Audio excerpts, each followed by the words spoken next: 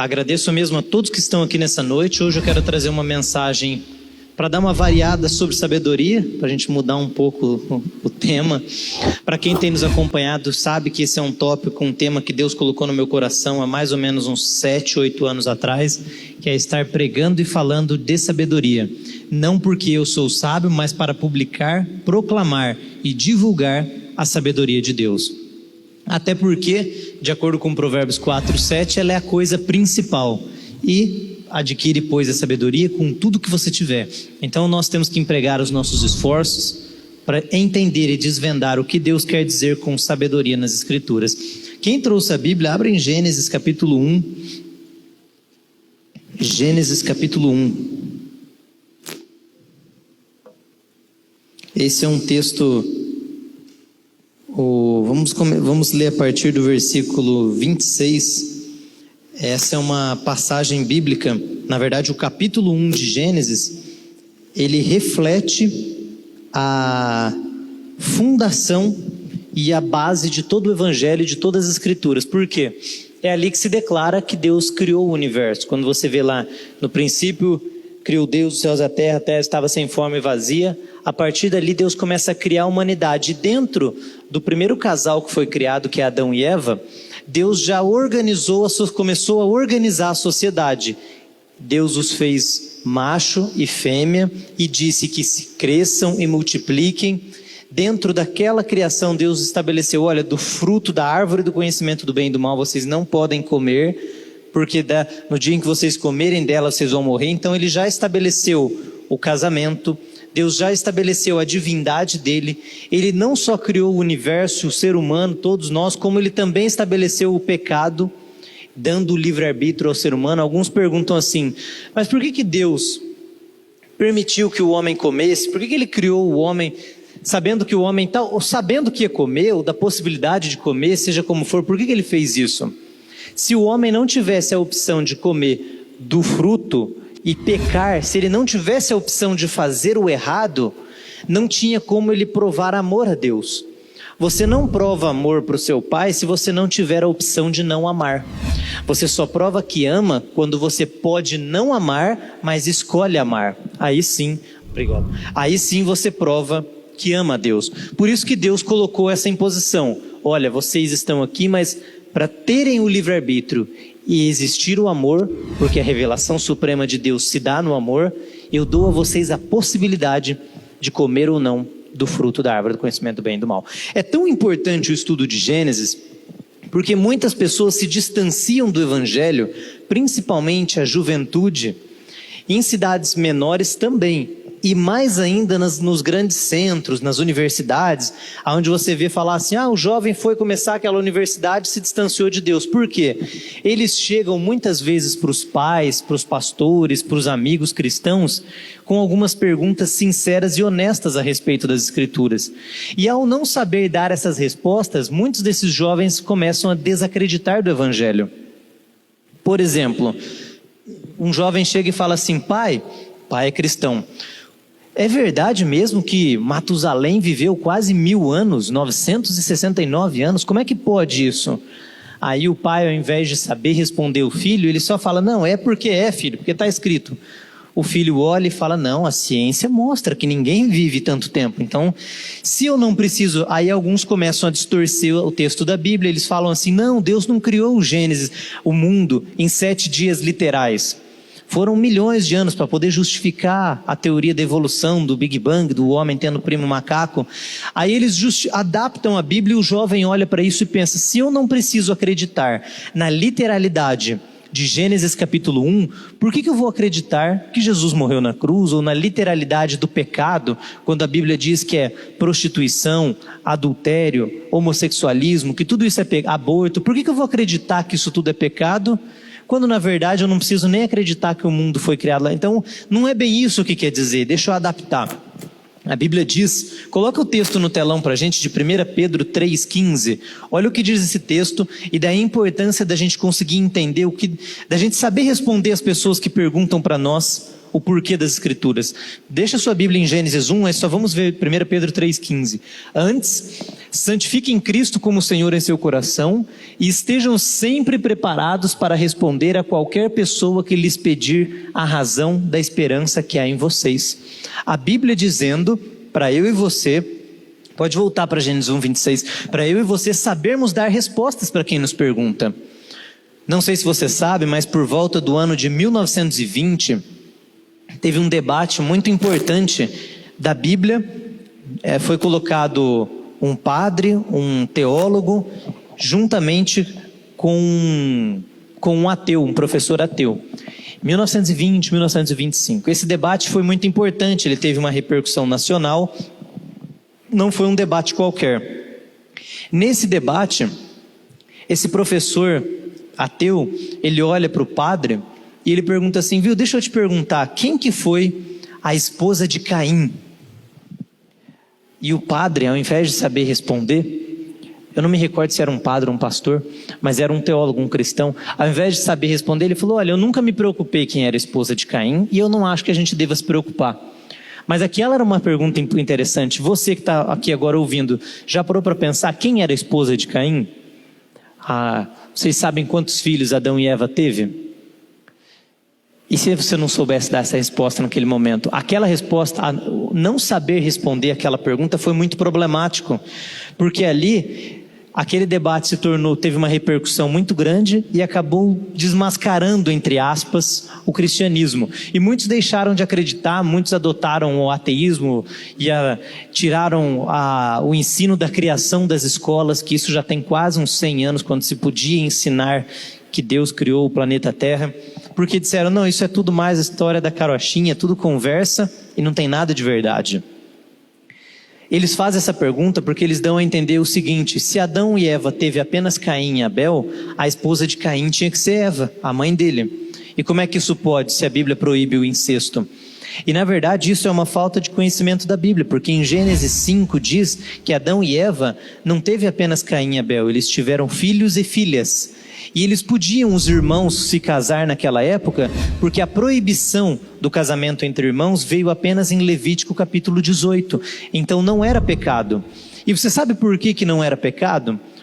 Hoje você deve saber que se dois irmãos ou parentes muito próximos se casarem e forem ter filhos, há uma chance muito grande deles saírem deformados, com deficiência. Você já deve ter ouvido falar nisso. E por que isso? Porque nós temos falhas e defeitos no nosso corpo, no nosso DNA, na nossa genética. E quanto mais próximo você é de um parente, essas falhas são mais parecidas. E aí elas se multiplicam quando você tem um filho. Na época de Adão e Eva, não existia defeito na genética humana, no DNA, por isso que eles viviam bastante. E por isso que não tinha problema dois irmãos se relacionarem, eles não iam nascer um irmão e uma irmã, e não nasceriam com deficiência, e não precisaria também Eva adulterar e ter relação com Caim ou Abel, porque tiveram filhas. Então é uma informação simples que está na Bíblia, mas se um jovem te pergunta e você não responde, ele começa a questionar a veracidade das Escrituras. Por isso que Gênesis é tão importante, porque ela é o fundamento de tudo. Quando o apóstolo Paulo vai explicar, olha, a esposa seja submissa ao marido, ele volta, porque Deus criou lá no passado, fez Eva, e Eva fez Adão pecar, e Adão também pecou. Ele justifica tudo no Antigo Testamento, na história de Adão e Eva. Jesus, quando foi dizer a respeito do casamento, ele diz, deixará o homem em Marcos, o seu pai e a sua mãe, e unir-se-á à sua mulher. Ele está citando Gênesis também. Jesus Cristo cita a história do dilúvio. A história do dilúvio, ela não só é verdadeira, como ela é também referendada por Jesus Cristo. Daí a importância da gente entender sobre a criação. E não passar por cima, e não olhar rápido, e não fazer de conta que não é uma história verdadeira. Uma pesquisa mostrou que a maior parte dos jovens que abandonam a igreja hoje, eles abandonam por falta de respostas a perguntas simples, e que a ciência, as universidades e as escolas estão enchendo eles de blá blá blá e convencendo esses jovens, e eles acabam se distanciando de Deus. Por isso é um dever nosso conhecer o que Deus fala em Gênesis. Eu te desafio a fazer um estudo, ler Gênesis 1, 2, 3, principalmente esses primeiros 9 capítulos, onde chega até a história do dilúvio, Por exemplo, não sei se você sabe, a gente até comentou uns 2 anos atrás mais ou menos, mas na época em que Caim e Abel estavam na terra, em que Adão e Eva foram criados, em Gênesis 1:30, não precisa nem abrir, mas em 1:30 diz que para todos os animais e para todo ser humano Deus deu a erva do campo. Não existia morte, você não comia carne de boi, carne de porco, carne de nada. Você comia apenas, a dieta era uma dieta vegetariana. Entrou o pecado no mundo, em Gênesis 9:13, Deus diz para Noé, agora você pode comer os animais. E passou a ser essencial, inclusive a proteína animal, nós precisamos dela hoje no nosso corpo. Por quê? Porque o pecado entrou no mundo e Deus estabeleceu isso. Veja que é uma curiosidade boba, simples, ela não é boba, ela é simples, mas que pode ser fundamental para você dar de resposta para um filho. E de acordo com 1 Pedro 3,15, estejam preparados para responder a todos que pedirem a razão da esperança que é em vós. Você não precisa ser um super, hiper, mega teólogo, mas é você conseguir entender pelo menos as bases do Evangelho. É aquela resposta da esperança que você tem. Por que você crê em Jesus? Por que a Bíblia é verdade? Por que Deus? Como que funciona? Por que isso é pecado? Gênesis 1:26, que é o texto que eu pedi para você abrir, diz assim: então disse Deus, façamos o homem à nossa imagem, conforme a nossa semelhança. Esse disse Deus, façamos a nossa imagem, a nossa semelhança, no original também está no plural. Isso quer dizer que Deus estava ali falando como se houvesse mais de uma pessoa, mais uma vez apontando para as 3 pessoas da Trindade, Deus Pai, Deus Filho e Deus Espírito Santo. Então disse Deus, façamos o homem à nossa imagem, conforme a nossa semelhança, domine ele sobre os peixes do mar, sobre as aves do céu, sobre os animais domésticos, sobre toda a terra e sobre todos os répteis que se arrastam sobre a terra. Assim Deus criou o homem à sua imagem. A imagem de Deus o criou, macho e fêmea os criou. Esse macho e fêmea também responde muitas perguntas que a gente tem hoje na atualidade. A Bíblia está dizendo que não tem um terceiro, quarto tipo, não. É homem e mulher que Deus criou. E mais, a Bíblia ainda está dizendo aqui, quando Deus diz, domine ele sobre as aves do céu, os peixes nos mares, quando ele disse, façamos o homem à nossa imagem e semelhança, e ele domine sobre os animais, Deus está criando uma distinção entre o homem e os animais. E qual é ela? A semelhança com Deus. Então a minha diferença para com os animais da terra é que eu sou a imagem e semelhança de Deus. Aí você olha lá um chimpanzé e fala, mas o chimpanzé parece um ser humano, né? Tem olho, tem as orelhas, ele é meio de um jeito parecido, até se você olhar a orelha dele lembra um pouco do ser humano. Tem uns macaquinhos que eu já vi umas fotos, umas orelhas bem parecidas. Alguns diriam lá, tá vendo? É prova de que a gente veio deles. Não, eu vejo prova de um desenhista em comum. É o mesmo artista que desenhou todos os animais. E ele decidiu fazer ali mais parecido. Aí você fala, então, mas se eu sou imagem e semelhança de Deus, qual é a minha diferença para com um chimpanzé, por exemplo? Eu não vi nenhum chimpanzé aqui até agora. Para mim, todo mundo aqui está diferente do macaco. Mas é simples. Nós temos a capacidade de termos a consciência que eles não têm, é o saber que você sabe, sei que sei, e isso te faz diferente dos animais, o raciocínio lógico que Deus te deu. Se isso é o que me diferencia dos animais, e Deus me fez a imagem e semelhança deles, certamente que a característica que tem em mim, que não tem nos animais, e que é a imagem e semelhança de Deus, é a minha capacidade de raciocinar, de desenvolver um raciocínio coerente. E é isso que Deus tem e que Ele nos deu. Isso é tão bom porque quando nós entendemos isso, nós percebemos que nós podemos usar a razão, embora a nossa razão seja limitada, porque a Bíblia diz que os nossos caminhos são menores do que os caminhos do Senhor, porque os seus caminhos são mais altos do que os meus. Deus está em uma esfera em que nós não estamos.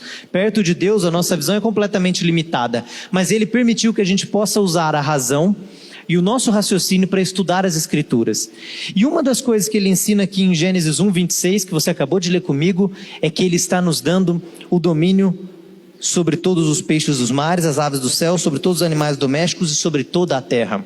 A pergunta que eu faço, e é o tema da mensagem de hoje, que a gente já praticamente discorreu ele em longa proporção, é: como você tem dominado sobre a terra que Deus te deu? Deus deu para você o domínio dos peixes, por isso que o homem, você vê às vezes essas catástrofes, fala, nossa, aquela empresa X não cuidou direito, teve uma encosta que caiu e caiu lama para tudo que é lado e matou um monte de peixe. Ou então, nossa, eles foram fazer uma perfuração no oceano, liberou lá óleo que não podia, virou uma salada aquilo e matou um monte de animais da região. Por que nós vemos que o homem consegue destruir? O homem está desmatando, o homem está destruindo isso, aquilo. Ou você vê um homem matar outro, você vê um assalto, um sequestro, porque Deus deu para nós o domínio das aves, dos animais. Você vê o leão, que é um animal tão forte, bem mais forte do que nós, e a gente domina sobre ele. Você vê leão em jaulas. Você não vê leão colocando homens em jaulas, mas você vê homens colocando leões em jaulas, porque Deus nos deu o domínio da terra. Em Salmo 115, versículo 16 diz, os céus são os céus do Senhor, mas a terra deu-a aos filhos dos homens. Como que você e eu temos administrado essa terra que Deus nos deu? Um dos exemplos que nós citamos agora está em 1 Pedro 3,15, que diz, olha, aprendam a responder quem vier questionar você sobre as Escrituras e entender sobre elas. Essa é uma das formas de saber administrar essa terra, é nós estudarmos a Bíblia que Deus nos deu e ajudarmos pessoas que estão aqui a entenderem melhor do Evangelho para levá-las ao céu. Outra forma, quando a Bíblia nos diz, ensina a criança no caminho que ela deve andar, é você educar o seu filho nos caminhos de Deus. Lembre disso, a responsabilidade é nossa. Eu tenho que fazer minha parte para com Deus, você tem que fazer sua parte para com Deus, porque ninguém vai prestar conta pelos pecados dos outros, você vai prestar conta pelos teus pecados.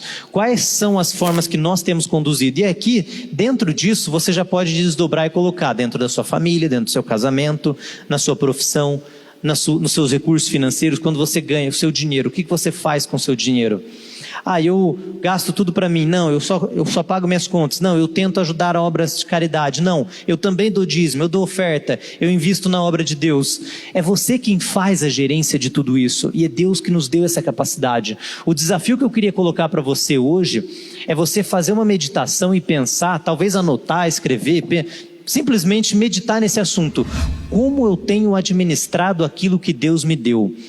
Não sei se você se lembra, mas em Mateus capítulo 21, a partir do versículo 33 até o 48, Jesus conta a parábola de alguns servos a quem o Senhor da terra concedeu a eles a gerência daquela terra. Ele falou, olha, eu arrendei minha terra, dei para alguns servos e fui para longe. Esse senhor foi para longe.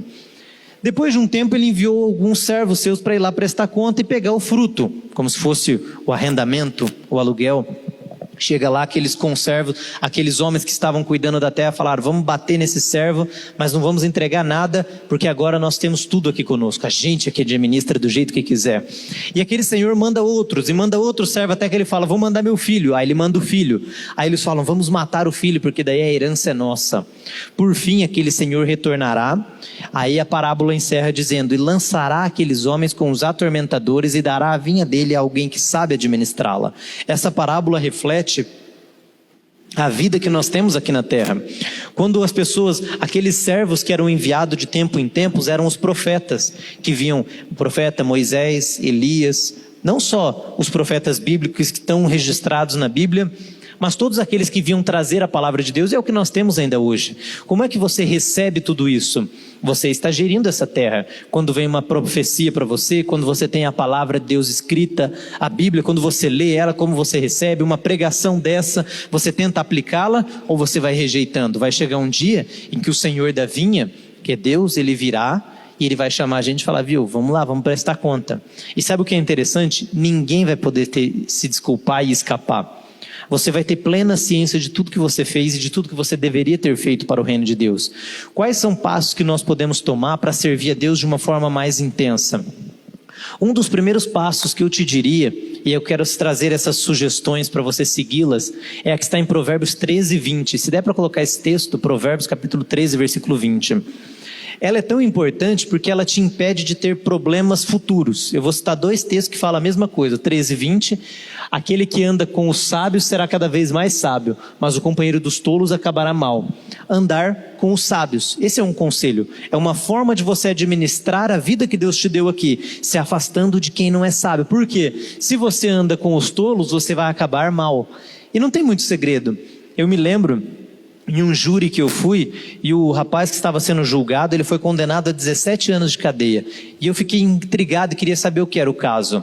Ele tinha brigado com a esposa, não sei se a esposa dele tinha traído ou não ele, e ele trabalhava numa chácara, num sítio, estava mexendo com cerca e ele começou a desabafar para uma pessoa tola. Ele estava andando com um tolo e contar o que tinha acontecido. Aquele homem para quem ele estava contando era um assassino. Ele falou: se você me pagar uma vaca, eu mato sua esposa. E foi isso que ele fez. Aqui em Vaiporã aconteceu isso. E ele pegou 17 anos de prisão. O júri foi público, ele foi condenado. Por quê? Porque ele desabafou para alguém errado. Ele estava no lugar errado. E se ele tivesse com um pastor, um irmão lá que estivesse trazendo ele para a igreja: olha, perdoa tua esposa, ou então muda de vida, não faz isso e tal. A vida dele podia ter tido um resultado completamente diferente. Agora, 1 Coríntios 15:33, olha o que diz. Exatamente a mesma mensagem. É uma forma de nós gerirmos e administrarmos essa terra que Deus nos deu, o planeta que Deus confiou na nossa mão. Não se deixe enganar, as más companhias corrompem os bons costumes. Sabe o que é engraçado nesse texto? É que não está dizendo assim, ó, as boas companhias consertam os maus costumes.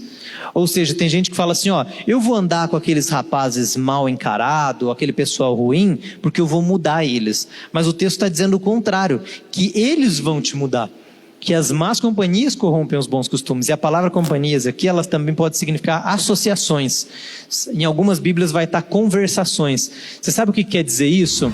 Que é mais fácil eles te levarem para o caminho do pecado do que você trazer eles para a igreja. Ah, mas então eu não posso falar com mais ninguém aqui da terra que não seja convertido? Uma coisa é você estar no grupo íntimo de amizade deles e no território deles. Outra coisa é você trazer eles para o teu campo. Aí é diferente, você não precisa ir na festa, fazer errado, participar com eles, ser íntimo deles. Você pode ter colegas, chamá-los, mas colocá-los para dentro do teu campo. O salmista Davi, não precisa abrir a Bíblia nem colocar, em Salmo 101, do versículo 3 em diante, ele diz: na minha casa não entrarão os mentirosos, na minha casa não entrarão aqueles que não temem ao Senhor, aqueles que rejeitam a presença de Deus. Eu não quero esses no meu campo. E esse é o primeiro conselho que eu te dou: troque as suas amizades, suas companhias, porque elas vão te corroendo. E eu digo isso por experiência própria. Eu sirvo a Deus desde criança, sou cheio de pecado e defeito. Minha mãe, quando eu tinha 2 anos de idade, ela recebeu Jesus Cristo, e eu, então, praticamente a vida inteira fui cristão, só até os 2 anos de idade que não. E o engraçado é que mesmo pregando, lendo a Bíblia, tendo ministério, fazendo tudo isso, fazem poucos tempos, há uns 2, 3 meses, eu estava conversando com uma pessoa, e não é uma pessoa com quem eu quero criar um vínculo íntimo de amizade, porque eu classifico como tolo. E eu, quando estava conversando, comecei a perceber que a conversa estava tomando um rumo que não era o rumo que eu queria que tomasse. E eu comecei a entrar na conversa. Naquele momento eu identifiquei, eu falei: olha como o poder, como aquilo que Deus diz é verdadeiro. Você pode ser a pessoa mais cristã do mundo. Se você começar a andar com más companhias, elas vão te corrompendo. Por que você vê tantos homens de Deus fortes, espetaculares, fracassando, caindo em pecados que não podiam? Mas por que ele foi fazer aquilo? Por que ele foi se envolver naquilo? Por causa das más associações. Qual é o caminho que eu tive que tomar? Ah, você vai virar inimigo agora daquele rapaz? Não viro inimigo dele. Ao contrário, eu tento converter ele, mas eu não vou compartilhar minhas intimidades com ele. Ele não vai fazer parte do meu núcleo próximo de amigos com quem eu convivo, porque eu não quero corromper os meus bons costumes. É um desafio para mim permanecer na palavra de Deus, então eu vou permanecer na palavra de Deus. Talvez para algumas pessoas seja mais difícil. Eu vejo que pessoas que são mais... Eu não sou tão extrovertido, por exemplo. Existem alguns temperamentos. Tem aquelas pessoas que são mais extrovertidas, tem aquelas pessoas que são mais analíticas, que são mais na dela. Você vê às vezes algumas criancinhas brincando, e sempre tem aquelas que são mais brincalhonas e palhaço, que vai para cá e faz aquela maior bagunça. E você vê às vezes um quietinho brincando lá com um brinquedinho dele, ele tem um temperamento diferente. Para algumas pessoas é um pouco mais difícil, para outras é um pouco mais fácil.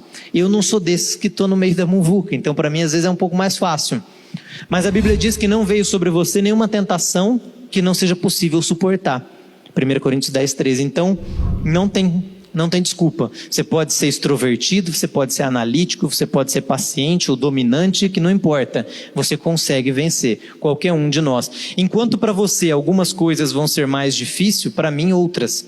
Para mim pode ser um pouco mais difícil entrar no meio de um monte de gente e começar a falar com todo mundo, podendo mesmo ser até de Jesus. Para você pode ser mais fácil. Para mim pode ser mais fácil fugir de um monte de gente que está falando um monte de bobeira. Para você pode ser mais difícil, mas nós dois conseguimos fazer as duas coisas, porque Deus nos capacitou para cumprirmos a obra dele. Então você não pode culpar sua personalidade, seu temperamento, nada. Eu e você, nós temos que cumprir a palavra de Deus.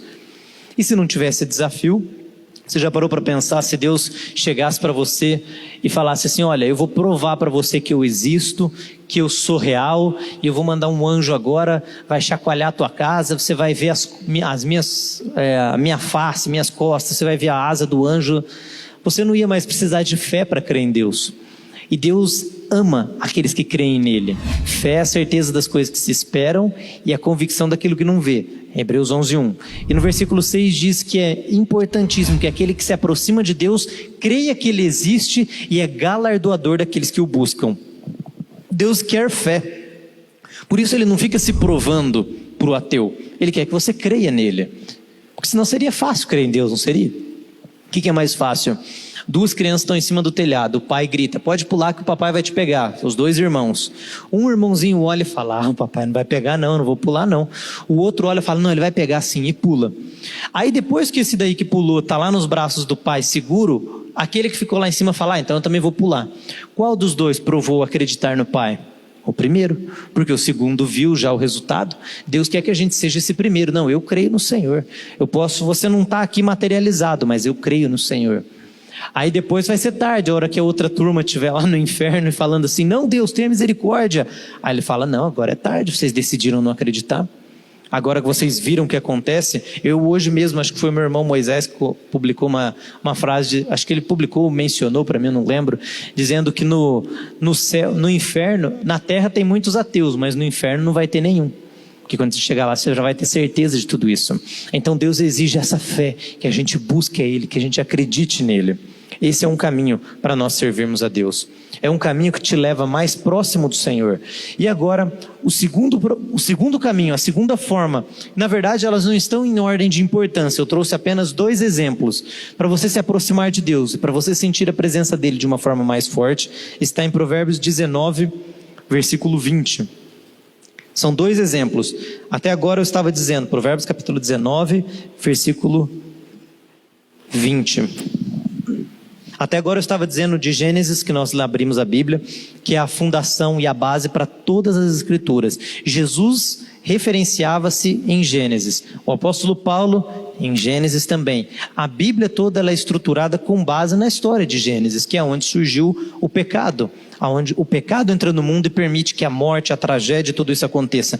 Deus só permitiu que assim fosse porque Ele tinha que dar livre-arbítrio. Porque Ele queria a prova de amor. Sem livre-arbítrio não tem amor. Você não pode obrigar o teu filho a te amar. Ele te ama se ele quer. Adão tinha que ter a opção de não amar. E ele escolheu desobedecer.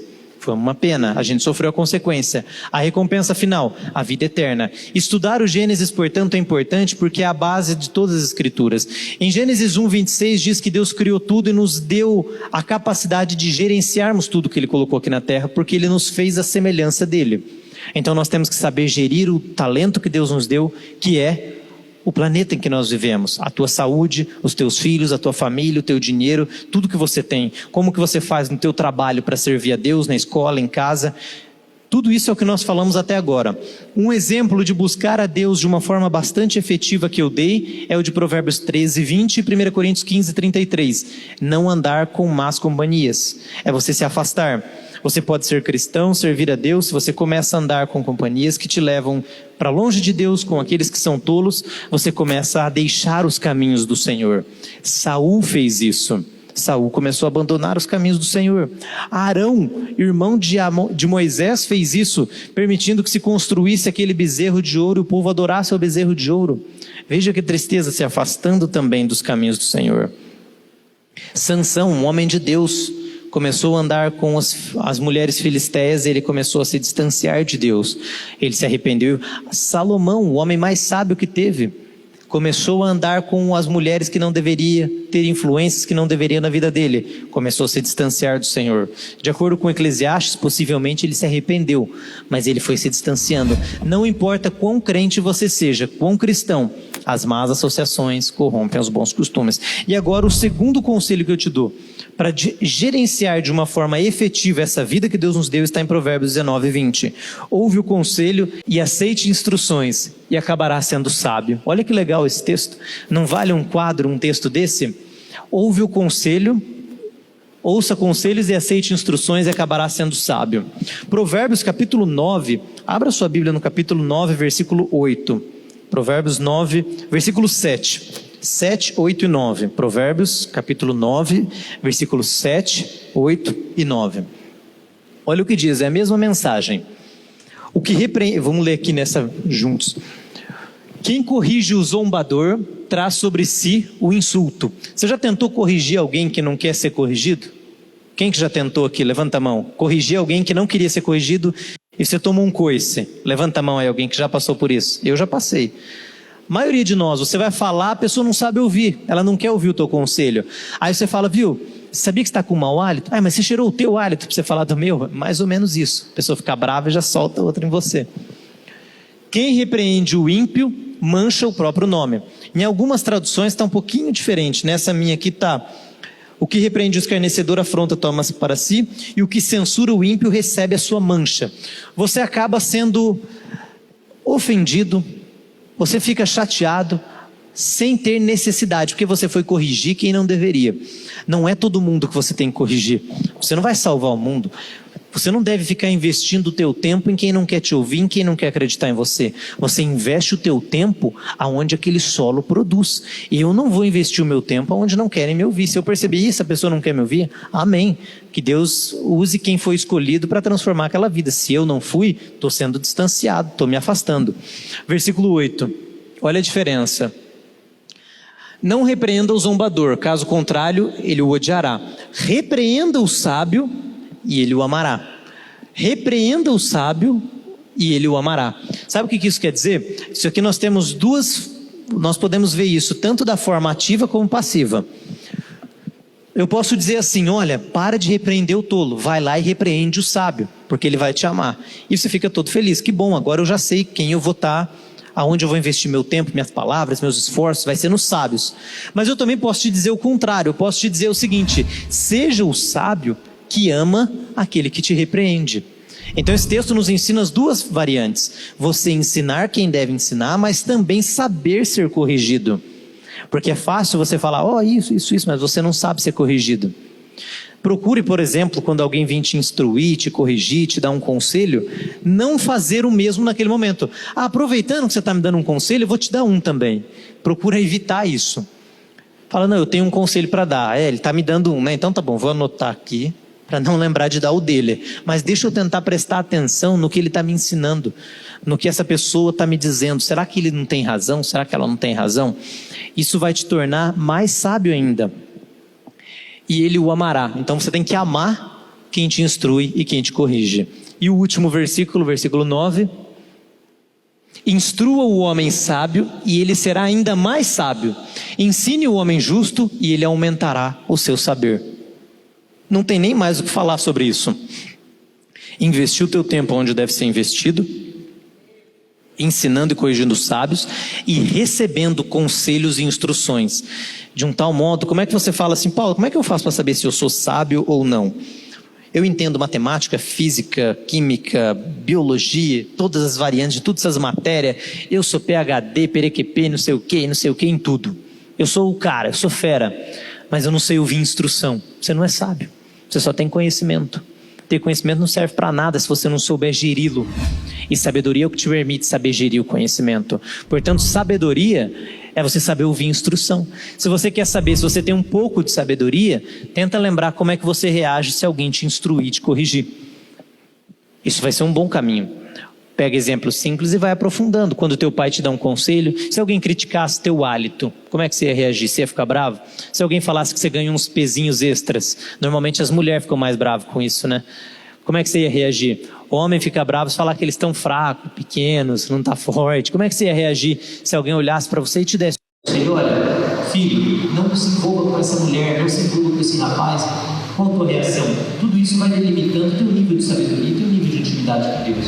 Quanto mais a gente sabe ouvir conselhos e correções, mais próximo nós vamos ficando de Deus. Portanto, nós temos que saber gerir esse planeta que Deus nos deu, porque Ele nos deu raciocínio para isso. E é isso que nos torna semelhante a Ele, não igual. A imagem é a semelhança, isso não quer dizer que eu sou igual a Deus. Filipenses 1,6 diz que, estando certo disto mesmo, que aquele que em nós começou a boa obra, Jesus Cristo, a aperfeiçoará até o dia de Cristo. Ou seja, até Jesus voltar, nós vamos sendo aperfeiçoados no Senhor. Por isso é viver de fé em fé. É cada dia com mais fé, mais próximo, buscando mais. Eu fiz algo para Deus, agora eu vou pegar isso que eu fiz e somar com algo mais. E agora eu vou somar com algo mais, eu vou ampliando a minha intimidade com Ele, eu vou vivendo de fé em fé. O justo viverá pela fé. Isso está lá em Abacuque capítulo 2, dito também pelo apóstolo Paulo em Romanos capítulo 1. Nós temos que viver de fé em fé, sendo aperfeiçoados na nossa jornada, gerindo esse planeta que Ele nos deu. A gente começa isso entendendo Gênesis. Quando você der bastante importância para Gênesis capítulo 1, isso é sinal de que você dá bastante importância para as Escrituras. Comece a estudar a palavra de Deus, pedir para Ele discernimento, sabedoria, para você conseguir administrar a sua vida da melhor forma possível. Porque os céus são os céus do Senhor, mas a terra deu-a aos filhos dos homens. A sua família, Deus confiou na tua mão. O dinheiro que você ganha, Ele confiou na tua mão. A cidade que você está, as pessoas que estão ao teu redor. Você sabia que às vezes uma palavra que você dá para alguém, você livra ela de um transtorno imenso? Eu lembro de um rapaz que me mandou uma mensagem, ele estava sofrendo de uma forma angustiante, e ele não sabia mais como lidar com aquilo, era relacionado ao homossexualismo. Eu mandei um áudio para ele, foi 3, 4 minutos, ele falou que aquele áudio revolucionou a vida dele. Não porque eu fui bom, porque eu falei coisas simples, mas eu falei. Você tem alguém do teu lado que Deus te deu potencial para falar alguma coisa, alguém que está aflito, alguém que está em angústia, alguém que precisa da tua ajuda, e você tem talentos que eu não tenho. Tem pessoas que você pode acessar que eu não acesso. Tem pessoas que eu acesso e você não. Deus nos individualizou assim. Nós temos um chamado não apenas geográfico, em um lugar específico. Você nasceu, você veio para cá, você está nessa região, alguma razão tem nisso. Deus transforma o mal em bem. José falou assim, mas eu não nasci no Egito, meus irmãos me venderam para o Egito. Eu fui jogado, vendido, virei escravo, eu não devia estar aqui. A Bíblia diz em Gênesis 50:20 que Deus transformou o mal em bem. Ele pegou aquele lugar onde José estava, na casa de Potifar, e revolucionou a história de Potifar. Aí ele foi para a cadeia. Dentro da cadeia, José foi lá e revolucionou a vida daqueles 2 presos. Um já foi para a morte, o outro voltou a ser o copeiro do rei. Ali dentro ele revolucionou tudo. Ele estava dentro da prisão, no cárcere. E ele se torna príncipe no Egito. Então, por mais que as coisas tenham vindo de forma contrária na tua vida, você foi vendido, você foi maltratado, você foi escravizado, você foi jogado fora, as pessoas te rejeitaram, você não pôde, não deu certo, Deus transforma isso agora tudo em bênção para você virar príncipe no Egito, para você transformar o ambiente onde você está, para você mudar a vida das pessoas que precisam da tua ajuda, e você tem o poder de alcançar com os dons e os talentos que Ele te deu, porque quando Ele voltar, Ele vai olhar e perguntar para você, cadê o meu talento? Aí você vai falar, está aqui, Senhor, eu multipliquei e fiz mais 2. Aí Ele vai falar, servo bom, entra no gozo do teu Senhor. Aí Ele vai olhar para o teu companheiro e vai falar, cadê o teu talento? Está aqui, eu escondi, servo mau, você não multiplicou o talento que eu te dei, você será lançado com os atormentadores. Nós teremos que prestar contas diante de tudo aquilo que Deus nos deu. E esse prestar contas, você pode ter certeza, vai ser totalmente justo. Façamos o bem dentro da palavra de Deus e não deixando de ajudar aqueles quando nós podemos fazer, porque aquele que deixa de fazer o bem, podendo fazê-lo, comete pecado. Isso está escrito em Tiago. Amém? Vamos nos colocar de pé. O poder de gerir o planeta Terra está na mão dos homens. E cada pedacinho com a responsabilidade de algum homem ou indivíduo diferente. Eu, dentro do alcance que Deus me deu. Lembra de uma coisa, gostei muito dessa frase, eu ouvi, eu não sei se vocês já ouviram, agora está nas primeiras quintas-feiras do mês, o Dr. Samuel ele faz a transmissão ao vivo comigo lá no YouTube e no Facebook. Não sei se vocês já viram o Dr. Samuel. E ele falou para mim uma coisa, não foi na transmissão, foi fora. Ele olhou e falou, olha, nós temos que fazer, eu gostei daquilo, porque isso revela também, até na própria história de Jonas a gente vê isso. Jonas era pregador, Jonas gostava de falar de Deus, Jonas era um homem de Deus.